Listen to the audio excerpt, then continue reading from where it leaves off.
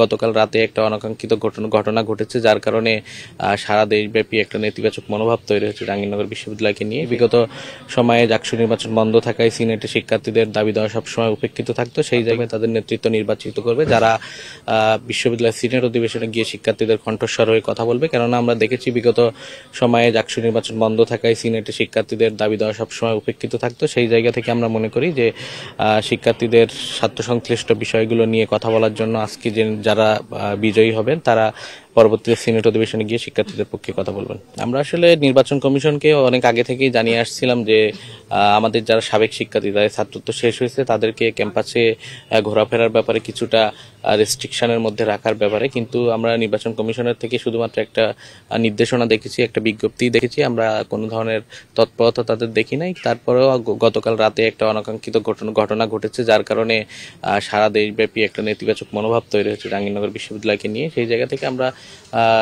নির্বাচন কমিশনকে রাতেই জানিয়েছিলাম এবং আজকে সকাল থেকে নির্বাচন কমিশন বলেছে যে যাদের আইডি কার্ড নাই, যারা আমাদের সাবেক শিক্ষার্থী, তারা বিশ্ববিদ্যালয় ক্যাম্পাসে প্রবেশ করতে পারবে না।